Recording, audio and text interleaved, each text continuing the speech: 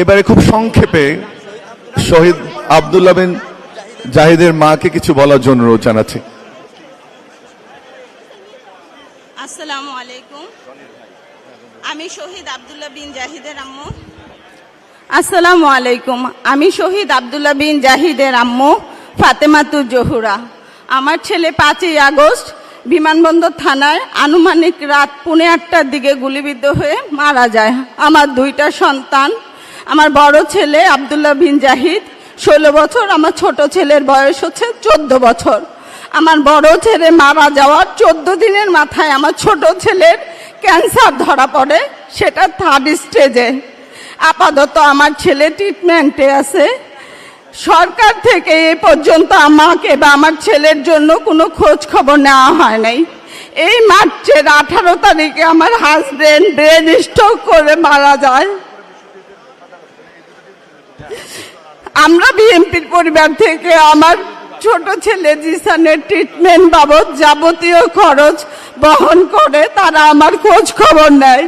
কিন্তু যাদের রক্ত দিয়ে আজকে এই দেশ গড়ছে সেই সার্জিদ হাসনাতকে আমরা 100টা ফোন দিলেও তারা আমার ফোন রিসিভ করে না। এই উপদেশটা, এই তত্ত্বাবধায়ক সরকার আজ পর্যন্ত পারে নাই আমাদের খোঁজ নিতে। আমার হাজবেন্ড মারা গেছে আজকে 3 মাস। আমার বড় ছেলে মারা যাওয়ার পর থেকেই আমার হাজবেন্ড অসুস্থ। এই রোজা গেছে আমার হাজবেন্ড মারা গেছে মার্চের 18 তারিখে। আমার ছেলের এপ্রিলের 26 তারিখে একটা অপারেশন হয়, সেটাও আমরা বিএনপির পরিবার থেকে করে দিছে। তারা যদি আমার পাশে না থাকতো হয়তো আমি আমার এই শেষ অবলম্বনটুকু বাঁচাইতে পারতাম না।